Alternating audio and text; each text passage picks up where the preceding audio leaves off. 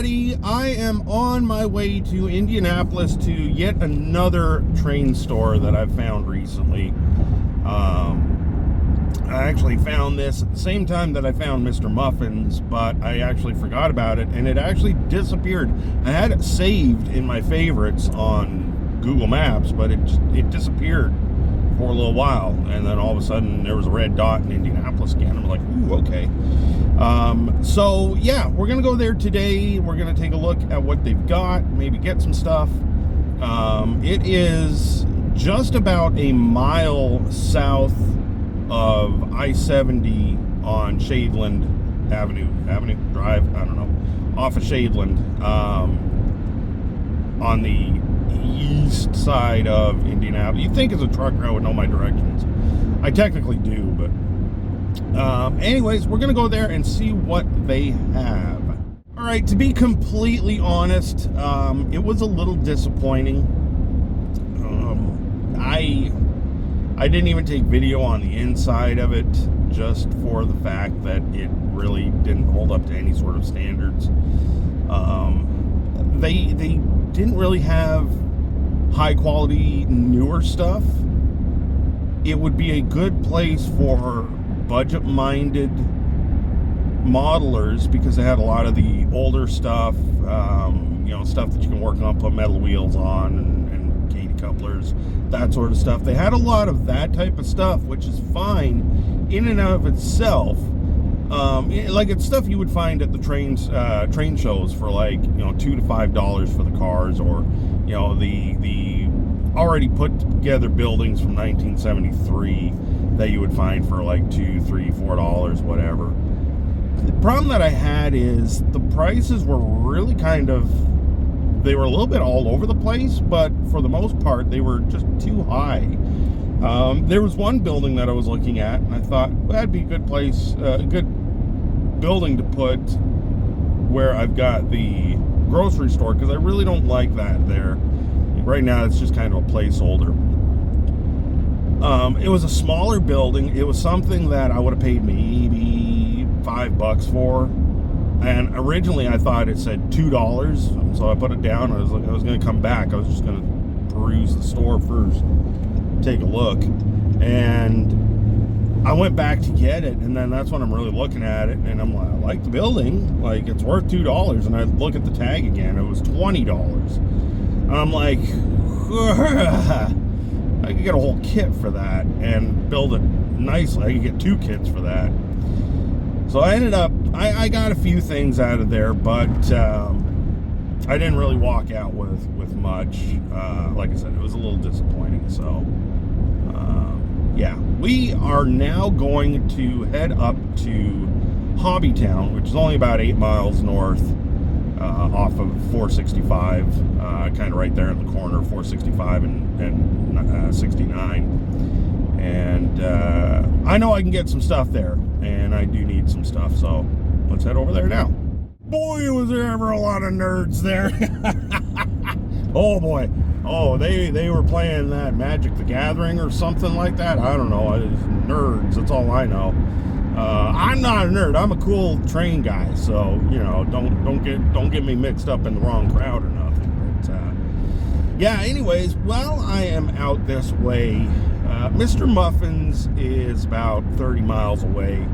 Not really in the right direction going back home, but at the same time, it kind of saves me miles going up there now and then home from there.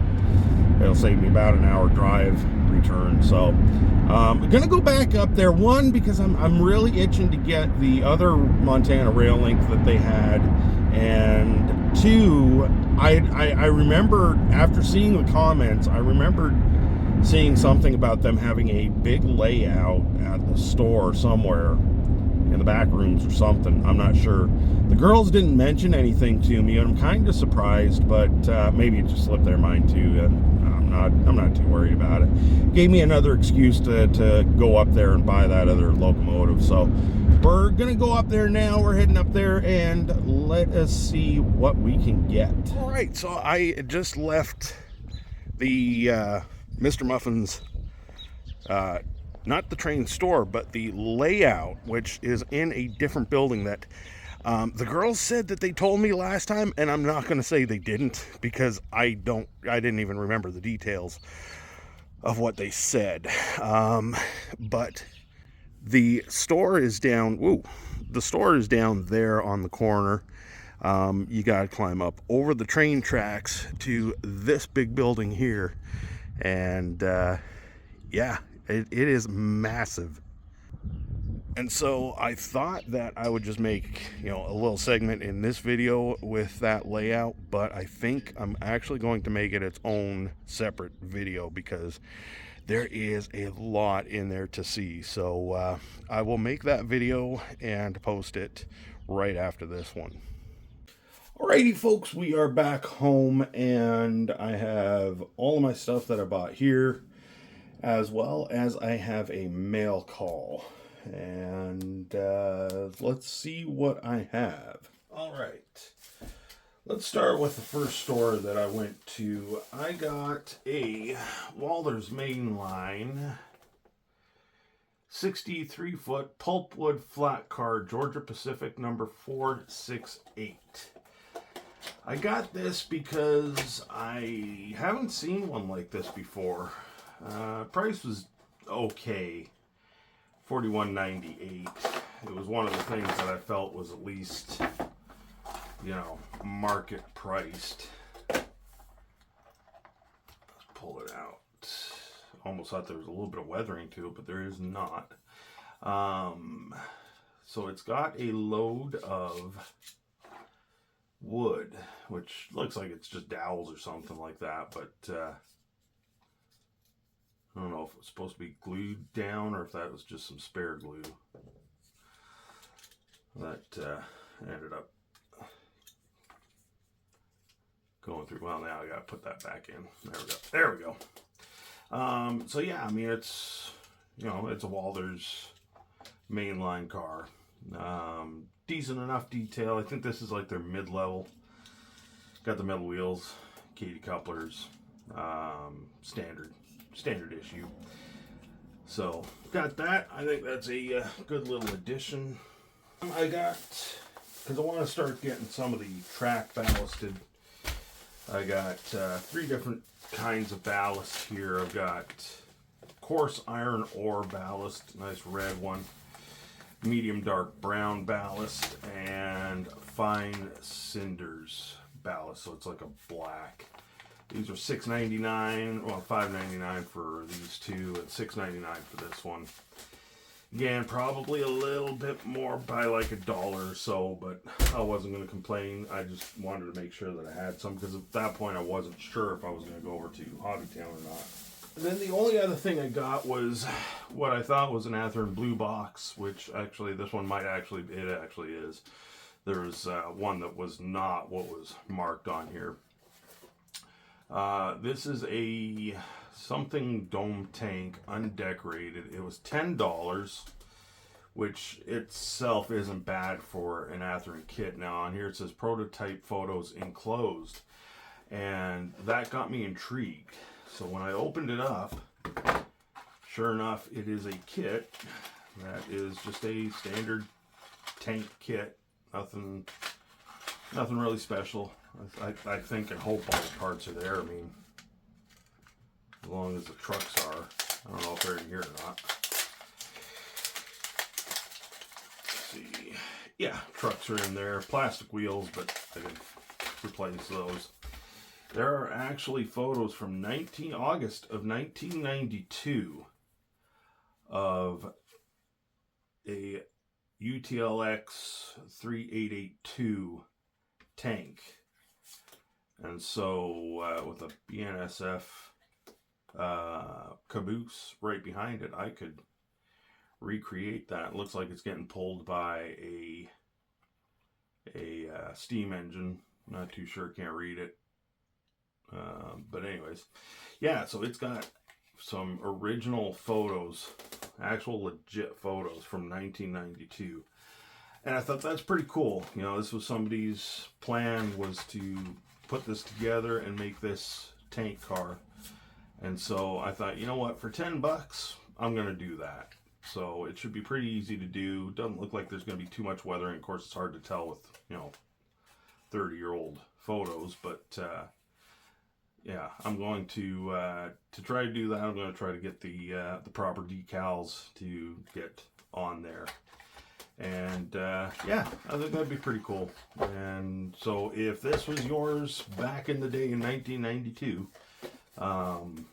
hopefully I can do it some justice. Then from Hobbytown, I just got a mix mash of a few different things. I got some larger styrene angle. I got this because I need to kind of beef up and secure the backside of my other dock that is on section 3 that's up against the wall that is split. So I figure I should be able to cut this to the length I need to kind of shore in the walls that are up against the physical wall. So I got that. Just a lot of useless things. I actually found some bent nose pliers, but I probably could have got them cheaper at Home Depot, but whatever, I saw them, they were there. Some blended turf, some underbrush dark green, some brown fine ballast. I'm going to redo the dirt on the side of the road on Industrial Avenue because I don't really like it. It's too beach sandy, so I'm thinking that that's going to be more what I choose. Found some weathering powders. I've got some dusty brown, some medium rust, dark rust, Vallejo brushes. I got an extra large dry brush, some detail brushes size 10-0 and 2-0. They're very fine brushes.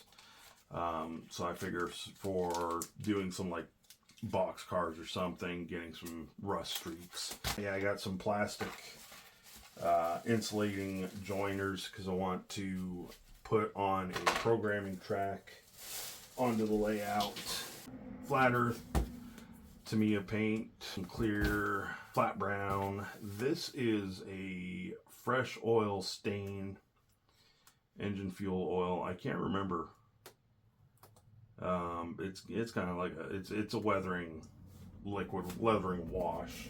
This is a scratches effect, so I'm not too sure exactly. I'm gonna have to look that up, but I guess you put it on and you put the paint on it, and it makes like cracking, weathered type deal. Vallejo weathering effects. This is called Environment. It's like a green. I'm not too sure, but it's another wash. Flat Flesh. Got to me, what's this one? Hull Red. Summer Crust Earth. Arid and Dry Earth Effect.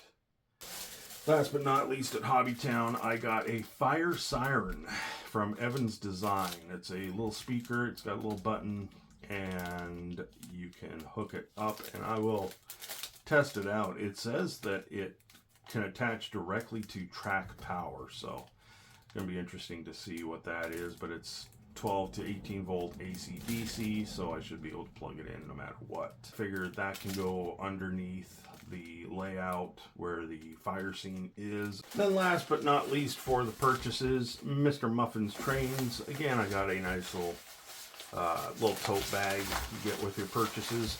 This was simple. I kept it simple. Just a Ford Taurus. Unfortunately, it is a 96, 97, or 96 to 99 model year, which matches my blue one, but it's not a big deal. It is a taxi. I don't have a taxi on the layout yet, but now I do. And then, well, that's that. And then I decided, probably against my better judgment, to get the Atlas other Rail Link 102, because I had 101 right where, I don't know where the hell I put it. I went back and got 102, so yeah, now I have a matching pair. Now for the show and tell, I spent more than what this is worth. I saw these recently for sale at Engine House, and I waited too long. They were sold out, and I was kind of bummed because me as a trucker, this kind of goes hand in hand. Somebody was selling one on Facebook for more than it's worth, more than I should have spent, but I got it. Anyways, it is the Snowman's trailer, tractor trailer, I guess, got the Kenworth. Yeah, any truck driver that has a layout should have the Snowman's trailer on it, truck and trailer. So I got that. And then I've got a few more things that are coming in the mail, but they won't be here until next week. Some Quick Tracks intermodal cans. I had to get these because I worked for Quick X Transportation up in Canada, and they are the parent company to Quick X, Trans X, which was part of the company way back when they were brothers that started, and they split the company. So I went to Quick X and then Quick Tracks Intermodal, and this would have been the era that I had worked at Quick X. So I've got some of the newer ones with the red and blue swoosh, because they are now part of the Forst, I believe, group of companies, whatever they're called. So yeah, I saw these and I had to get them just because I remember those types of logos.